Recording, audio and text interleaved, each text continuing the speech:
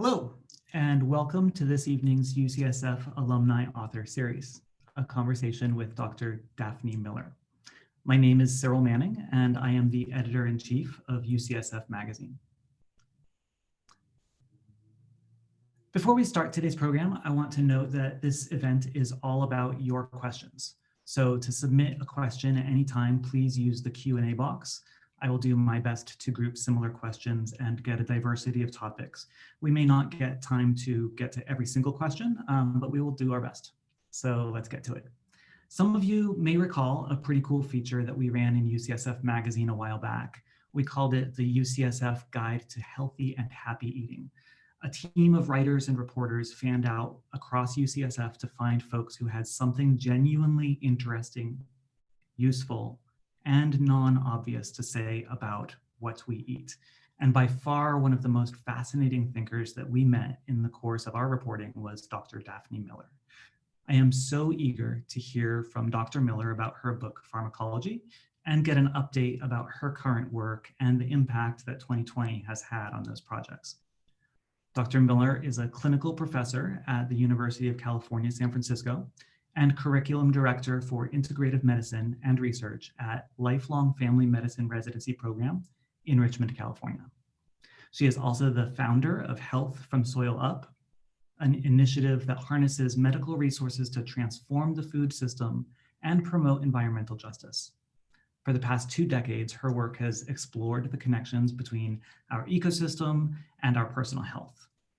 In a typical work week, Dr. Miller spends as much time with ecologists, soil scientists, and farmers as she does with medical professionals. Welcome, Daphne. Thank you so much, Cyril, for that introduction, and thank you, and hello, everybody. I'm seeing some familiar names in the chat, and it's lovely to see everybody here.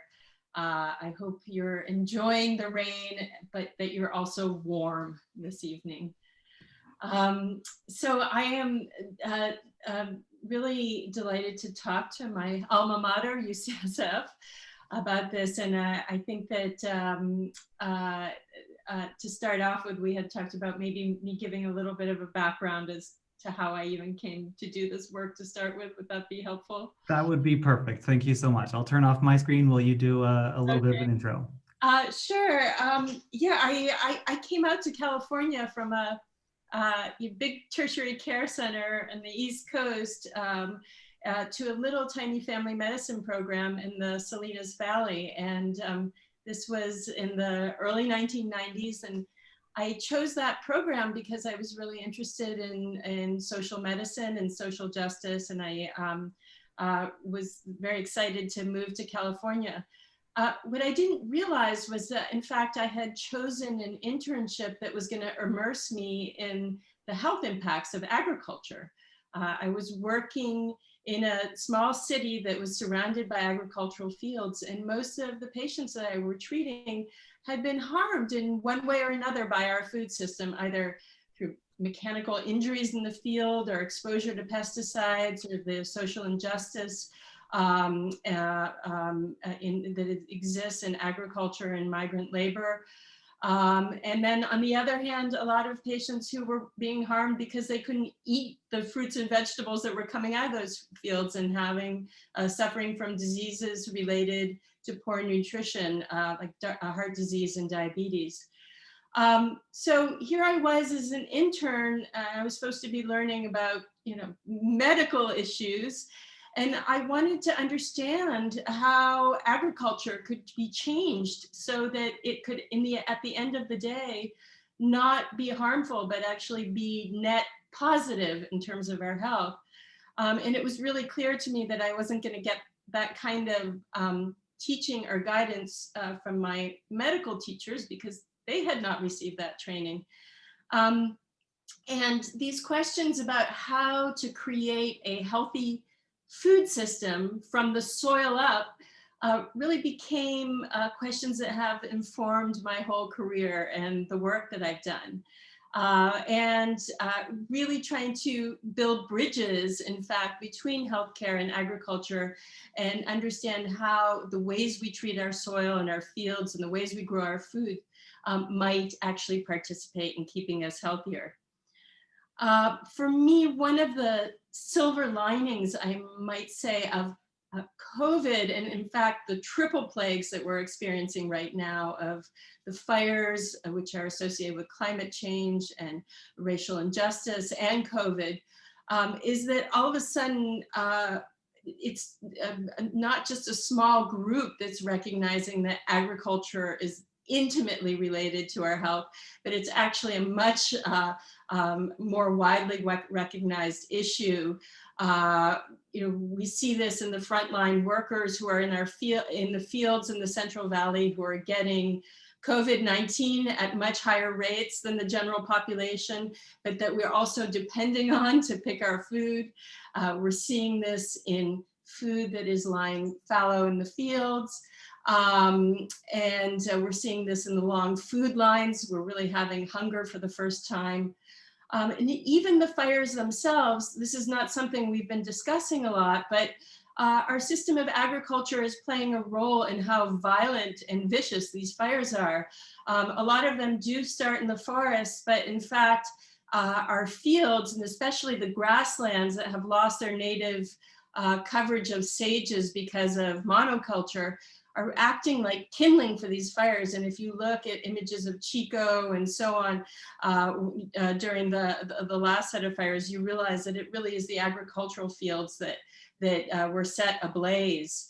I was going to just share with you a couple of the projects or these concepts that I am involved with that try and address how we can, in a positive way, marry health and agriculture. And I call them win-win projects, because the idea really is, or win-win solutions. Hopefully you can all see that. I'm gonna have to look, and someone will tell me if you can't see this. But the idea is that we really start to look for solutions that are as good for our body as they are for the soil. For example, let me just show you this image. This is an image of almond trees, which cover 1.5 million acres here in California. And here they are actually in the rainy season.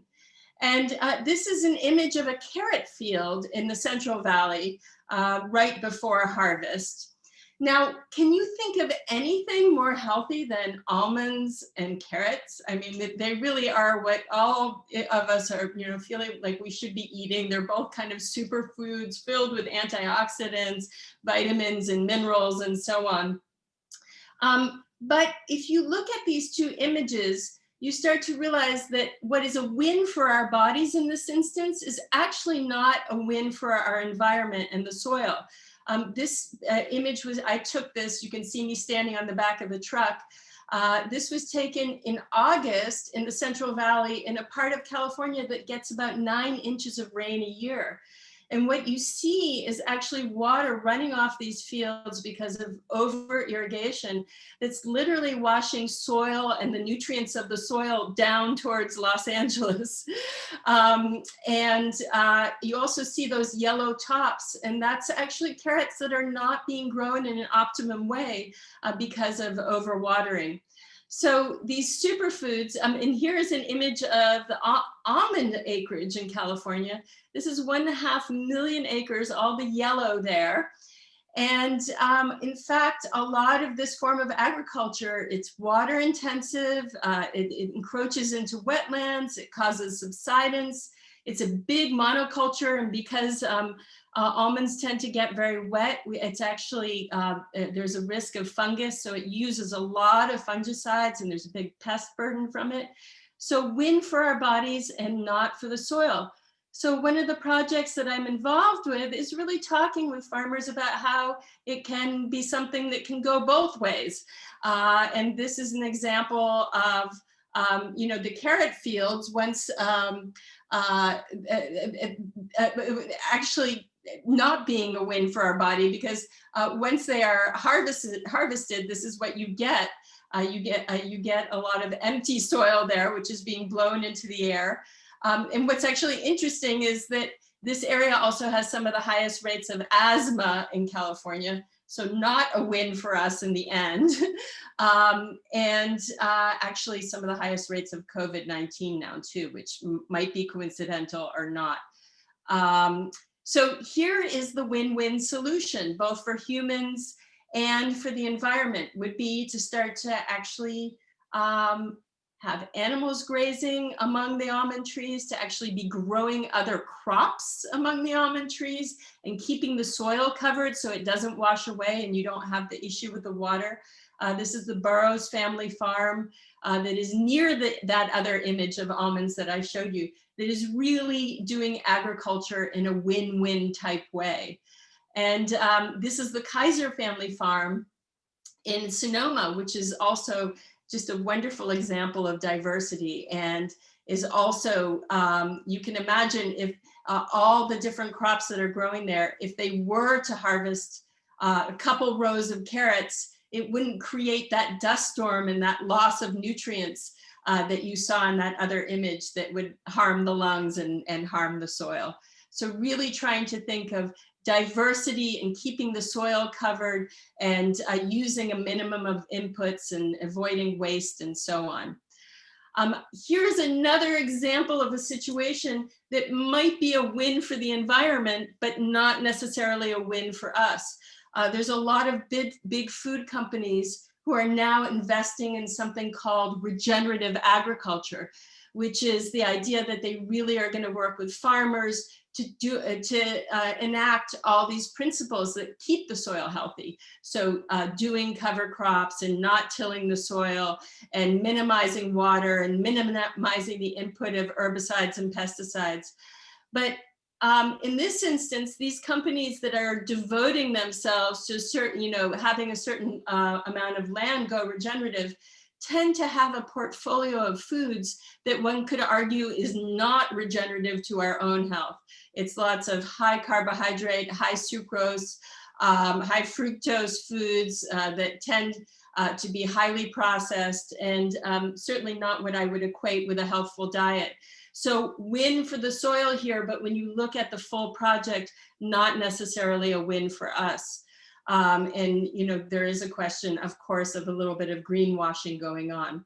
So I just wanted to start by introducing these ideas. On the other side, I am involved with some interesting projects that really are these win-win projects. This is an example of a field in the Central Valley that has a mixed series of cover crops that are actually edible. And here is a piece I wrote for Civil Eats about farmers in Oklahoma, Nebraska, and Kansas that are doing the same thing. They're cropping over their land in between the seasons, and then actually harvesting food rather than having it be something that is just tilled back into the soil. And this food is going to food banks and so on.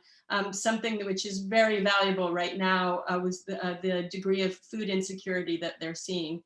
And this is actually a research project that I'm designing with the Rodale Institute and with June Tester, who is a lipidologist at UCSF, which is to actually design a cover crop that will help with soil subsidence on one side, and on the other side be a mixture of food that she can feed her patients with familial hyperlipidemia that could potentially lower their cholesterol levels.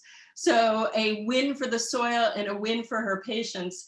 And we're actually setting up the research design like this so that it's a mixed species edible cover crop, and studying outcomes for the soil in terms of soil nutrients and sequestration of carbon and so on, and then studying outcomes from her patients. So just to give you a little bit of background there, and I hope that starts sort of seeds the conversation, so to speak. If not, forgive You covered the time. a lot of ground there, and I love this concept of win-win that you introduce. And one of the things that a couple of the things that you shared there, both sort of from the kind of map of the almonds and the huge scale there to the kind of small scale of the Kaiser family farm in Sonoma. One of the questions that a participant submitted before we started here tonight was about that question of scale. They asked, does consumption of large scale organically farmed products have health benefits over eating conventionally grown food? I think that's a fairly kind of common question, but I thought the really interesting part is, are those benefits less than for similar products grown on a smaller scale? Like how does scale relate to some of these health benefits? Well, the way I think about scale is more what is going on in a certain plot of land. So if you looked at, for example, at those almond trees or at those carrots that I showed you, one of the biggest issues there is that it is a monocrop. And as soon as you have a monocrop, what's happening is that you're not introducing a diversity of nutrients for the soil microbes. You're actually much more susceptible to pests, just like, when we don't have a diversity of organ systems in our body that can function, it makes us, or a diversity of in our immune system in terms of players. So those are some of the biggest issues with large scale organic, in that it tends to be in these large monocrops. And it is not so much tailored to the field. I mean, what you saw with that water wastage was that it was kind of a one size fits all approach, where they, preset some kind of timer at the beginning of the growing season. And, as I explained, a lot of that water that we so desperately need up here in the north was washing down towards Los Angeles with all the soil nutrients going with it. And the carrots weren't faring well. So I think it's really important to think about agricultural practices more than these labels of organic versus conventional. That being said, organic is kind of the best label that we have now for being assured that there is a minimum of safe practices going on in terms of uses of herbicides and pesticides and so on. But I would likely choose a farm like the Kaiser farm, which I'm not even sure is certified organic, over just labeling. So it does get back to kind of knowing the practices that are happening. And you mentioned the microbiome of the soil, and I want to get to that because I know that's been a big area of your work, and there have been a number of questions around that. But the other thing I kind of wanted to get to first is a little bit deeper on this concept of cover crops. That was one of the questions that was submitted in advance, and you've referenced it several times. And what you showed so far in your latest work is really interesting in terms of the output of what providing cover crops could turn into in terms of actually more nutritious food. Could you talk a little bit more about that relationship? Yeah, so cover crops they serve a bunch of different purposes, kind of like our skin and our hair. They are literally the protective layer, on the soil to keep it from blowing away, like I showed you in that one image, or washing away in a storm, or literally being a victim to subsidence, like we're seeing in the Central Valley because of a salt buildup and so on. So they're very important for that reason, and that they really are protection, but they are also food for the soil. And so you can imagine, just like our own bodies, where we need a diversity of nutrients to stay healthy. And the evidence shows that the healthiest diets are ones that are more diverse, where you're not just eating, corn, soy, and wheat, but a whole diversity of vegetables and so on. And those are the best markers for getting lots of different nutrients.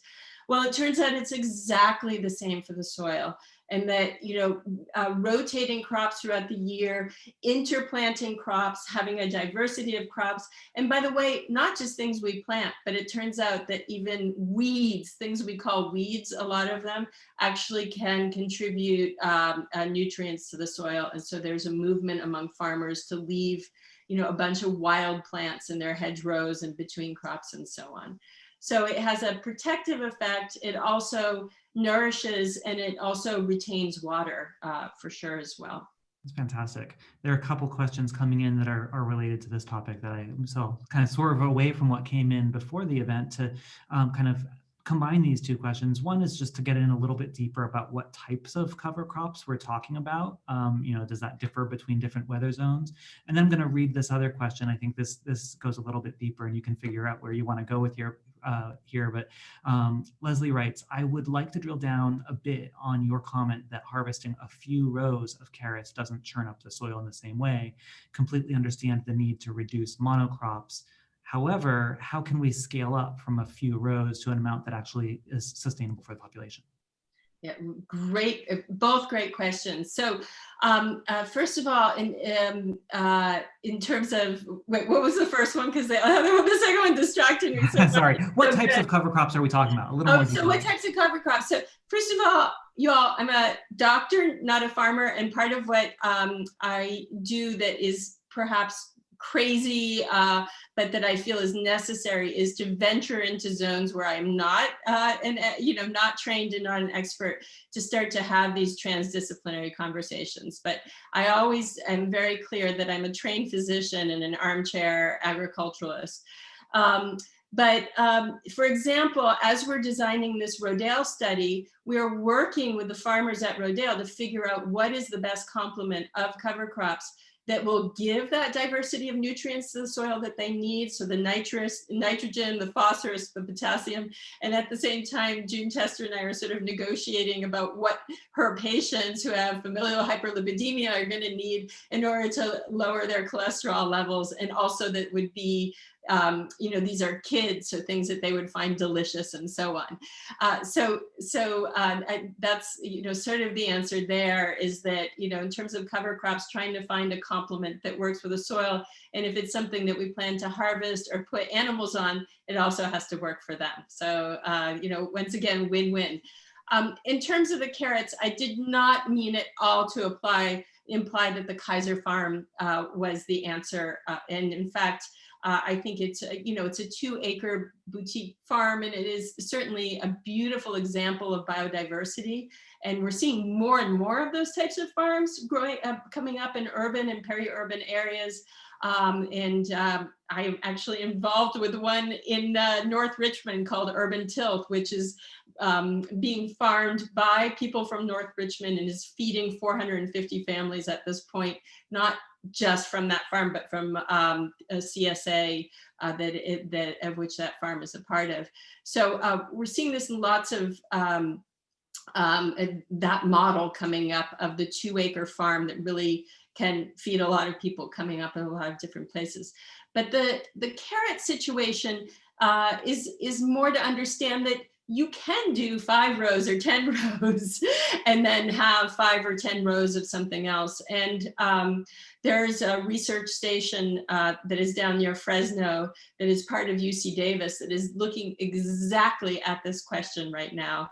The researcher is an agronomist named Jeff Mitchell, and he's looking at outcomes from soil loss, water loss, nutrient retention, carbon retention in the soil, by growing large-scale fruits and vegetables in more of these strip methods rather than these massive monocrops of them.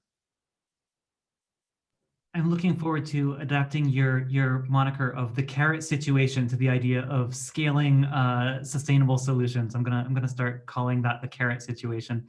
Can we change directions a little bit to go from on top of the soil to under the soil? Because I think that's kind of the direction that a lot of this, the idea of the value of cover crops brings as to what's actually happening under the soil. And I know that's been an area of your passion for quite some time.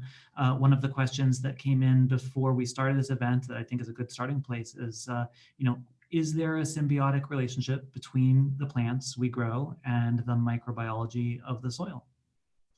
So absolutely, that piece is well established, and that the microbes in the soil really are doing the job. They're those hidden workers who are scavenging nutrients from organic matter, dead matter, and other dead microbes, and moving that into the rhizosphere, the roots of the plants, which then move up into the plant tissue itself. And that is well established that if you were to take the same genetics of plants and put them in different environments, so different ecosystems, they actually can look dramatically different. And if you even test their plant tissue, it can have different levels of antioxidants and so on based on their ecosystem, their terroir, their environment. The piece that is becoming really interesting and where there's some evolving data, but not enough, is can that shift in terroir or management actually make enough of a difference in our nutrition? So for example, could you take the same onion, grow it in 2 different places? In one of them, it would be nutrient dense, more nutrient dense to an extent that it actually could be considered value added in terms of human nutrition. What most of the research is saying is maybe, and that it really is a nature nurture question. And so you need to find the right genetics of the plant and the right ag management and situation in the soil to really get that maximum nutrition from the plant. But this is an interesting question that is being pursued. And I do believe that the relationship between the microbiome, the genetics, and the plant really is the next frontier in human nutrition. It's the perfect segue to the question that I was going to read next, that microbiome in humans. So I'm just going to read this word for word because I think it's a great question. What role does the microbiome from our exposure to the natural world around us have on how we process food and how we feel? And could part of the jungle effect be related to changes to our own microbiome? Well, we have lots of clues, but the truth is that nobody really knows. Like, for example, I've spoken with virologists lately because COVID suddenly made me really interested in viruses. I wonder why. Hearing about our virome, which is the viruses that inhabit our gut, which are so hard to describe because they live inside bacteria and because we don't have the same sequencing technology to sort of see them as we do bacteria. But it turns out that a lot of the viruses that live within us are actually plant viruses. And they have probably come into our bodies through the process of eating plants. Are they telling our own cells or our bacterial cells what to do? My guess is at the end of the day, we're going to find out that they might be the dark force that's ruling us all in good and bad ways. But, this is very, very emerging information right now. And so, who knows where this is going to take us? Totally fascinating. We also have, evidence that some of the same, at least the same families of bacterium that are found, for example, on plants and that do a great job of digesting plants and drawing nutrients out from plants, like some of the Bacteroidetes species can also be found in the human microbiome and aren't just transient, voyagers through it, but are there in sort of a more permanent way. Probably the best evidence that we have in terms of our connection to the biology that's underfoot has to do with how it's informing our immune system. And you probably are all have heard about some of the farm studies that really are showing that kids who are raised on sustainable farms and really exposed to a diversity of microbes have less asthma and allergy and even a lot of other atopic diseases and other autoimmune diseases. And the thought really is that it's the biodiversity from these farms, from the soil, from the animals, even from the cow sheds, from the food that they're eating, that might be actually pruning and shaping their immune system. That's kind of incredible to think of. What are the different research directions that are the most exciting that are kind of like trying to really flesh out how those pieces are coming together? Lots of different ways. I mean, microbiologists, human microbiologists are looking at this. There's gastroenterologists who are looking at it. There's soil biologists who are looking at it from their side. There's actually now plant microbiome specialists, because it turns out that plants have their own microbiomes that are different than the soil microbiome or even the rhizosphere microbiome.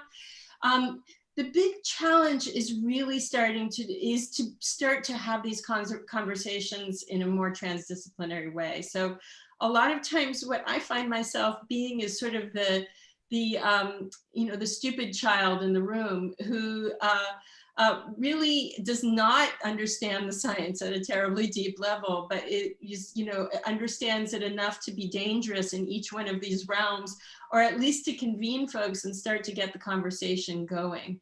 Because the real answers are not from all of us sticking in our own silos, but being a little bit brave and maybe getting it wrong and moving, for example, outside of human health and starting to have these conversations with soil biologists and so on. And if anybody out there needs introductions, I'm like a dating service for people in healthcare who want to move into other ecological realms. So careful what you offer. So that's such a good segue, though, because I wanted to sort of talk about some of the questions that have come in about working with communities and with patients, and that whole idea of how you begin to translate all of this information to people who it is brand new to so many of us.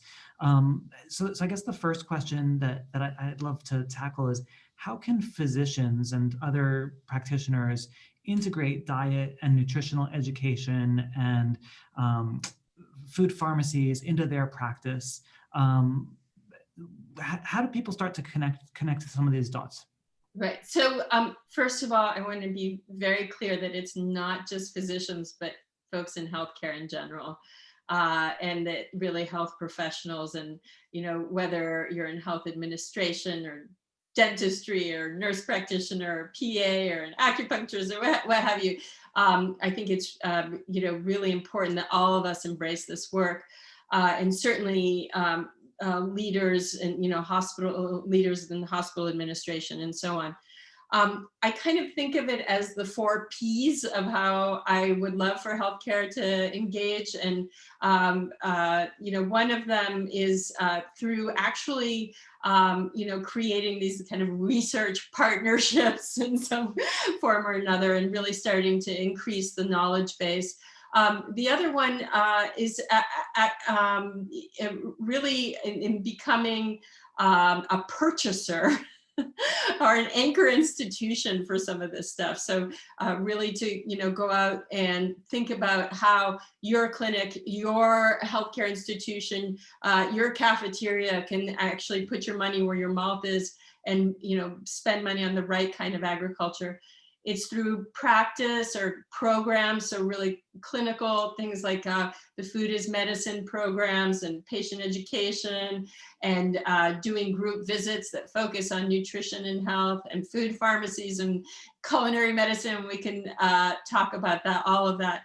And then the final thing is policy, which is really at the end of the day, the most important. And people in healthcare have a lot of gravitas, they have a lot of power, they have a lot of visibility in their community, and to really start to understand the obstacles and barriers that are out there to creating a healthful food system from the soil up, and to educate yourself and start to advocate in whatever way you can, and to do it in ways that are actually truly meaningful for that win-win thing for the whole system. I feel like we could talk about each of these Ps for quite some time. The one that leaps to mind first is partnerships, because one of the questions that came in is, I live in an agricultural area and I'd love ideas on how to work with local farmers and health providers. This reminds me of the beginning of your book, Pharmacology, which I loved that whole beginning where you were showing up on the doorstep of a farmer, not really knowing much about farming. So how do we partner with agriculturalists? It wasn't just any farmer too. It was Wendell Berry, who was this, sort of is a writer and just very well known and revered, and in sustainable ag and in literature as well. And he was very kind and took me in and actually started me on that project. But I think exactly what I did there, which is, showing up at a lot of the, agricultural or climate meetings that are going on in town, which is something, you know, a lot of issues around environmental justice are starting to draw folks in from agriculture as well. Finding out, you know, doing literally a food and farming landscape of your community, and finding out who's on the farms, how the food is moving around, where are the community resources for fresh, locally grown food that is affordable. You know, which of them offer WIC and are bringing federal dollars in is, you know, an important question for us to ask as well. You know, wandering around if there is a farmer's market locally. Usually farmers are not there because they are actually working in the fields, but they do have some representative there, and wandering around and introducing yourself and asking if you can come visit. Thinking of projects in the hospital that you have, where you might actually be able to reach out and support them in terms of so many of them desperately do need outlets to sell their food. You know, is there an opportunity there?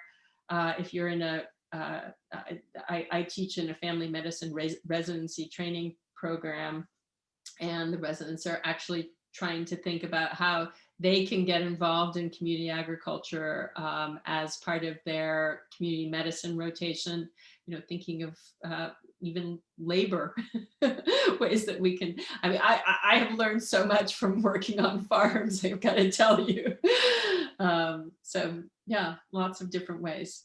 Great. Well, we just got a question that came in that I think is also related to this kind of partnership idea. Grassroots regenerative agriculture movements have the same win-win strategies as you, except there's one more win: equity.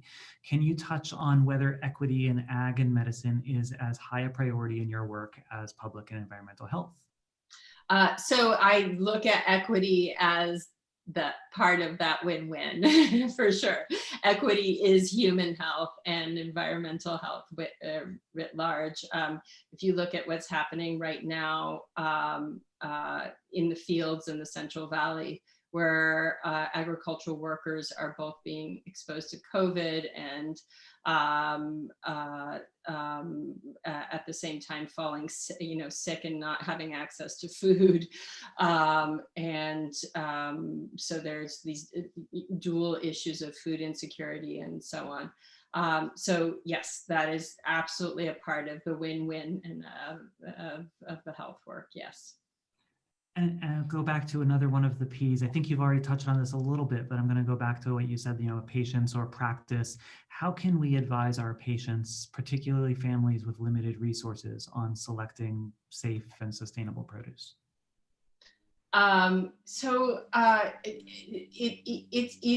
It can be challenging for sure. And I feel like one of the most compelling models that's out there right now, aside from the project in Richmond that I'm involved in, is going on in Alameda County through All In, which is a poverty alleviation organization. And Stephen Chen, who's the medical director there, is working with the Sheriff's Department and Supervisor Chen and a whole bunch of folks to actually create a circular economy of food. And so in order to do that, and they're having, for example, Dig Deep Farms, which is a local farm, produce the food, and it's actually being distributed to community members through All In. And they're getting youth involved, and the clinics, including Lifelong Clinic, which is one of my clinics, is becoming distribution center for the food and so on. In order to do this work, however, we have to change our math because growing food locally that does not have, you know, herbicides and pesticides in it, and comes from a diversity of seeds and is harvested at different times of the year, is inherently more expensive if you look at it just on the labor and the land costs and so on and so forth. but it's unbelievably cheap if you start to factor in all the external costs. So for example, in the All-In project, if you start to factor in the costs of heart disease and diabetes from folks not getting healthful foods, if you factor in the costs of recidivism within Alameda County for folks who are justice involved and suddenly are unemployed and do fall back into the justice system. If you factor in the costs of lack of education for youth and what that does into the wealth of that community versus giving them training on the farm and a whole skill set that can lead to a career. So we have to reconform the way that we are thinking about the value of this food and the math in terms of what health means. And that is a very challenging project. And so that's why I'm so excited about being involved in something at a small scale like that, because it really is the only way that we can prove that it is at the end of the day cost effective, if you want that term, you know. Absolutely, that makes perfect sense. And I'm going to throw in a question here of my own. This didn't come from the audience, but you mentioned the P that you think is the most important being policy, I think you said. And a while back, I wrote a story for UCSF Magazine arguing that healthcare practitioners should be involved in advocating for climate change work. And I'm curious what you see as the avenues of advocacy or public policy here in the healthcare sector. Well, there are so many, so it depends. I mean, advocating certainly for even nutrition guidelines through the USDA that have sustainability written, that are a part of them, which right now is not at all the case. When we sort of think about foods that are there on the USDA pyramid, sustainability is not used at all in terms of those guidelines. There's legislation coming through the House for this idea of medically funded or medically tailored meals and getting Medicare to actually pay for food. That is a movement which has the possibility of being hijacked by the same pharmaceutical companies who produce, the meds, because Medicare will be paying for it. So really to make sure that that money gets diverted to small farms and to local communities rather than just becoming, functional food or so on. Policies, someone asked about farm workers, policies that protect farm workers and give them rights and give them health care and so on, and protect them within, the system. School food policies and making sure that, we increase the amount of funding that goes to food. The list goes on, and I'd much rather that folks in healthcare get involved in a place that interests them and where they can be passionate and engage and learn about all the issues. And once again, from that win-win perspective. For example, I do hear a lot of folks who are sort of at this point very much advocating for plant-based diets, which there's great evidence from it from a health perspective. But the flip side is some of them have become very anti-animal on farms. And while there are unhealthful ways to grow animals, it turns out that using animals in an integrated farm model is actually incredibly good for the soil and can be very beneficial from farms. And I always like to say that I like to eat meat that has been used to grow my vegetables, and so really understanding what does a sustainable or regenerative farm look like and what role could animals play before deciding exactly what your platform is in terms of, what we should be doing and growing in this country. That's just one example. I'm sure that's, one that's generated a few more comments in the chat as well. We'll keep our eye out for more questions about that. Definitely, but I did want to actually shift gears a little bit. There have been a few questions about your own work, and I wonder if you could talk. Let's first talk about how you are continuing your community work during the pandemic. You did mention the effect that COVID has had on some of these communities. Personally, what kind of precautions are you taking, and how do you engage with community workers while you're working outside of a clinical setting? Right. So of course there's, Zoom, which, everybody has gone to for policy meetings and so on. But I actually feel incredibly lucky that I am involved in this pursuit, which is outdoors and often socially distanced, although not always, as we've seen with the infection among agricultural workers. But I have continued to go onto farms and, try and be careful. Certainly, as everybody knows, the process of planting our food and growing it, harvesting it, moving it to market and so on cannot stop. And so there's a lot of folks who are, out there doing that for us. And you've also been just, so out there communicating about the work that you do. Your passion comes through in doing events like this. Obviously it's something that I love to see people doing, engaging with all different types of audiences. A couple people have asked, how did you start writing and publishing books as an MD? And how do you fit that kind of writing and that kind of aspect of your work into your larger portfolio of interests and research and clinic? Poorly, very poorly. And I wish I could do it more. There's only so many hours in the day, and my day job, not only I have to do that, in order to, I'm a contributing columnist to the Washington Post. And so I get to do these very short little things, which, short attention span writing, and they usually let me pick the topic I want. I'm actually writing about bacteriophages or kind viruses right now.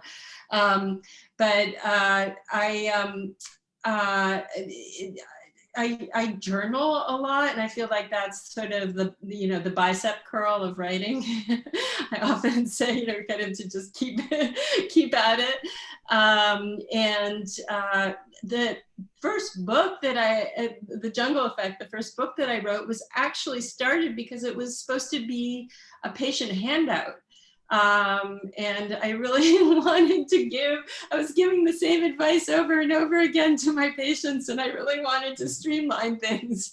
And it's really, you never know where things will end up. A patient handout suddenly became, a published book through, or I shouldn't say suddenly, but, sort of slowly became a published book through HarperCollins. But my approach to writing has always been to that it's an adventure. It's a way for me to sort out ideas and talk to people who might otherwise not want to talk to me, and so on. And so it's been a terrific thing to have. I was really a terrible writer when I started. I think I've come a little bit along the way, mostly under the mentorship of amazing editors that I've had, and also my mother, who is a great writer, and her watchful eye. To say that it's okay to be a terrible writer when you start, and you'll get better. That's a great answer. So kind of taking all of these pieces together from, kind of the work on the ground and out in the community to the kind of writing and advocacy that you're involved in, how can people on this call, how can, those of us in this field, support this kind of work better? And how can the organizations that we are a part of do more and do better? So I actually would love to take this answer in a little bit of another direction. And I want to recruit everybody on this call to become soil health ambassadors. I'm going to just share my screen here just for another quick sec. Let's see. So This is a little toolkit I want to share with you guys so that you can go out there and become health ambassadors. This is actually an image of a bunch of health professionals, nurses, doctors, and so on, who I put through a training called Health from the Soil Up, and turn them into health ambassadors, literally by bringing them out to a farm and sticking them in soil pits and having them learn from farmers. That woman with the pink shirt is Jill Clapperton, who's a plant biologist who's teaching them all about the interaction of these layers of soil with the earth. But anyhow, this is your health ambassador kit that I would love to give you today. And in that kit, there's a couple things. First of all, there's knee pads. And the reason for the knee pads, at least if you're starting to get a little bit old and arthritic like me, is that you really want to get down and be one with healthy soil. So find a farm or community garden, or even your own garden, which you think is really doing it right, and put on those knee pads and go and kneel there. Just like this rancher, Cody Holmes, and get close to the soil. Because as we discussed, there is this kind of interesting interaction that's happening between the microbiome and the soil and our own gut and our own brains. And in fact, this one microbe, M. vacca, might be impacting our mood, and it's been associated with increased levels of serotonin and lower levels of depression through the gut-brain axis. So get on your knees, and first of all, you can explain to folks that this is actually psychotherapy. The second thing that you really should have in your soil health kit is a little package of tidy whities. They need to be washed beforehand. They can be Fruit of the Loom or any brand that you want. And you want to take one of these pairs of underwear and you want to bury it kind of horizontally 3 inches under the soil in that really healthy soil that you've identified, the one where you were getting your psychotherapy. But you leave the waistband sticking out a little bit above the soil, because you want to be able to come back and find it 2 months later. Then take another pair of Fruit of the Looms, and I know there's probably researchers on the call, so this will make sense to you. You need a control pair, and I want you to find the nastiest soil you can. It could be like, soil that's been abused with different herbicides. It could be like some institutional lawn somewhere or some walkway, and go bury the other pair of underwear in the soil there and wait 2 months. And then go dig them up again and see what you found and compare them. I did that experiment for one of the pieces that I wrote for the Post, and this was the one that I'm holding on my left, was buried in my garden, where I've been working really hard to move it along to a little bit more of a biodynamic garden. And the one on the right, which was just kind of dirty but still whole, was actually down on the little patch of grass that's next to my sidewalk. So you can see that the microbes in my garden really did their job. And you want to hand this experiment out to folks so they can do this as part of you being a health ambassador. Now, if they still aren't convinced that soil is powerfully connected to our health, then I also would love for you to give them some seeds, because those actually have, as we talked about, it is the seed and the soil together that really do give us the nutrition. And finally, if they're still not convinced, here's a set of flip cards that you can show them. One of these shows a cross-section of skin and a cross-section of soil. And if you look in form and function, they are pretty much identical in terms of the layers and the pores in our skin, and the way that things move down into our nutrients, move down into our skin, and the vasculature is really very similar to what happens in the soil with the roots and plants. This is because nature is incredibly thrifty, and when she comes up with a good design, she just does it over and over and over again. Here's another image that's a cross-section of our gut in the cross-section of soil. And once again, in form and function, unbelievably similar. I love this one. One of these is the vasculature of our kidneys, and the other one is the vasculature and the roots of plants. And it's actually hard to tell which is which.